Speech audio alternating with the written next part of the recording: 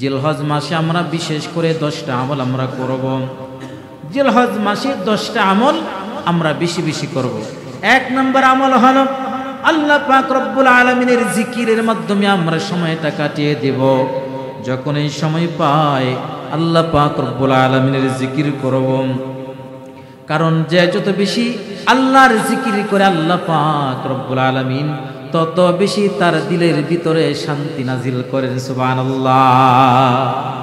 দিলের ভিতরে শান্তি যে যত বেশি পাইতে চায় তত বেশি জিকির করবে। কার? একটু জোরে বলেন, কার জিকির করতে হবে? আল্লাহ। আলা বিযিকরিল্লাহি তাতমাইন্নুল কুলুব। আল্লাহ পাক রব্বুল আলামিন বলেন, আল্লাহর জিকিরের মাধ্যমে আল্লাহ পাক রব্বুল আলামিন অন্তরের ভিতরে প্রশান্তি দান করেন। অন্তরের ভিতরে যদি অশান্তি চলে আসে, যদি ছটফট করতে থাকি, হতাশ হয়ে যায়, আল্লাহর জিকির শুরু করে দেব। দেন খেলের সাথে যদি আল্লাহর জিকির শুরু করে দেই, আল্লাহ পাক রব্বুল আলামিন অন্তরের সমস্ত কষ্টগুলো অশান্তিগুলো দূর করে দিবেন। সুবহানাল্লাহ। আল্লাহ পাক অন্তরের অশান্তিগুলো দূর করে দেন যদি আল্লাহর জিকির করে। কথাগুলো কার? একটু জোরে বলেন। আল্লাহর কথার ভিতরে কোনো সন্দেহ আছে? সুতরাং যখনই দিলের ভিতরে অশান্তি সৃষ্টি হবে তখনই আমরা আল্লাহর জিকির শুরু করে দেব। আল্লাহ পাক রব্বুল আলামিন বলেন, ফাযকুরুনি আযকুরকুম। আল্লাহ পাক রব্বুল আলামিন বলেন, তোমরা আমার জিকির করো, আমিও তোমাদের জিকির করব। তোমরা যখন কোথাও কোনো মজলিসে আমার জিকির করবা, আমি আল্লাহ পাক রব্বুল আলামিন এর চাইতে শ্রেষ্ঠ মজলিস ফেরেশতাদের মজলিসে তোমাদের নামটা স্মরণ করব। সুবহানাল্লাহ।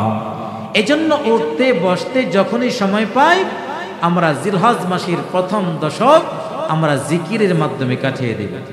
2 নাম্বার, নেক আমল বেশি বেশি করা।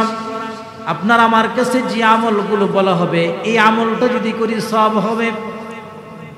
একটা মানুষের উপকার করলাম, একটা মানুষের বোঝা আগায় দিলাম, এমন সবের কত কাজ রয়েছে। দান সদকা করলাম, এভাবে সবের কাজগুলো দেখে দেখে বেছে বেছে সবের কাজগুলো করা। 3 নাম্বার, বেশি বেশি কোরআন তেলাওয়াত করা। কারণ কোরআন তেলাওয়াত যারা যত বেশি করে আল্লাহ পাক রব্বুল আলামিন তাদের ঈমানগুলো তত বেশি বাড়াইতে থাকেন। সুবহানাল্লাহ। ওয়াইদা তুলিয়াত আলাইহিম আয়াতুহু যাদাতুহুম ঈমানা। আল্লাহ পাক রব্বুল আলামিন বলেন, যখন মানুষেরা কোরআন তেলাওয়াত করে আল্লাহ পাক রব্বুল আলামিন তাদের ঈমান বৃদ্ধি করে দেয়। তাহলে ঈমান যখন মানুষের ডাউন হয়ে যায়, ঈমানের ব্যাটারি চার্জ করার জন্য তাদের জন্য আল্লাহর কালাম তেলাওয়াত করতে হবে। কালাম যত বেশি তেলাওয়াত করবে, ঈমানকে আল্লাহ পাক রব্বুল আলামিন তত বেশি তাজা করে দিবেন, ঈমানের ব্যাটারি তত বেশি ফুল চার্জ হবে। এজন্য 3 নাম্বার আমল হলো কোরআন তেলাওয়াত করব। জিলহজ মাসের প্রথম দশক আমরা কোরআন তেলাওয়াতের মাধ্যমে কাটিয়ে দেব।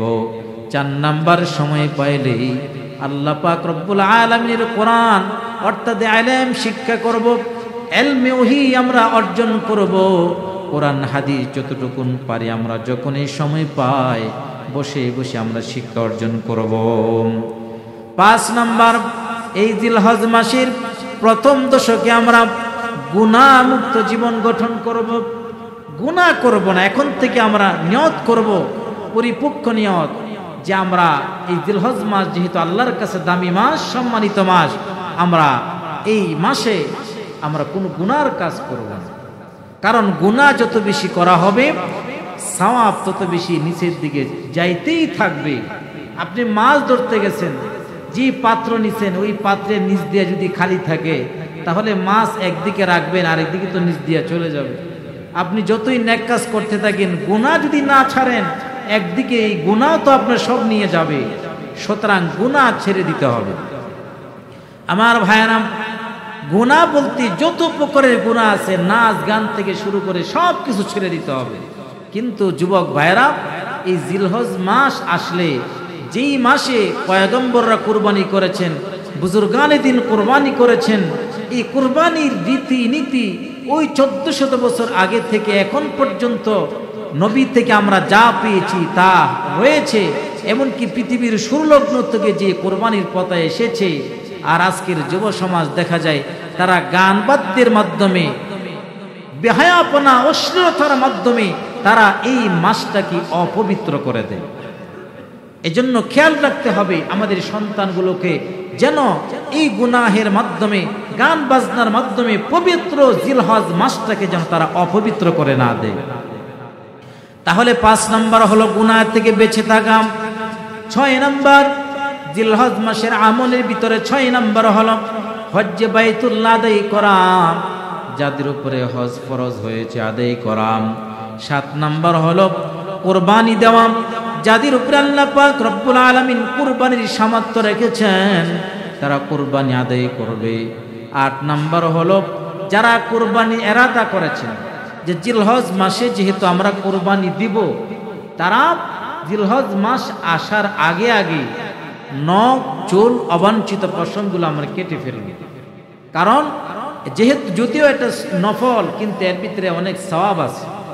আমরা সওয়াব অর্জনের জন্য যারা আমরা কুরবানির নিয়ত করেছি যে আমরা কুরবানি দিব, তারা জিলহজের চাঁদ আসার আগেই আমরা নখ, চুল, অবাঞ্ছিত পশমগুলো আমরা পরিষ্কার পরিচ্ছন্ন করে ফেলব। 9 নম্বর, এই জিলহজ মাসের প্রথম দশকে আমরা বেশি বেশি তাকবীর তাহলিলগুলো আদায় করব। আল্লাহ পাক রব্বুল আলামিনে তাকবীর বলবো, তাহলিল বলবো।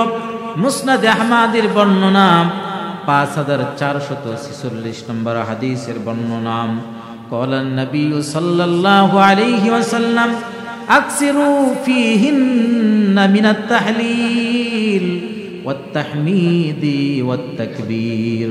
তোমরা বেশি বেশি তাহলিল পড়ো, মানে লা ইলাহা ইল্লাল্লাহ তোমরা বেশি বেশি পড়ো। ওয়াত তাহমিদ, আল্লাহর শুকর আদায় করো। তাহমিদ, আলহামদুলিল্লাহ বেশি বেশি পড়ো। ওয়াত তাকবীর, বেশি বেশি তোমরা আল্লাহু আকবার বলো। আউযুবিল্লাহ বিসমিল্লাহ তাফসীরের ভিতরে এই আলোচনা যারা শুনেছেন তারা পেয়েছেন। তাহলিল কাকে বলে, তাহমিদ কাকে বলে, তাকবীর কাকে বলে। আমার ভাইরা, এই জন্য বেশি বেশি আমরা আল্লাহর শুকর আদায় করব, আলহামদুলিল্লাহ পড়ব, আল্লাহু আকবার পড়ব, লা ইলাহা ইল্লাল্লাহ পড়ব। এই জিলহজ মাসের 9 নম্বর আমল।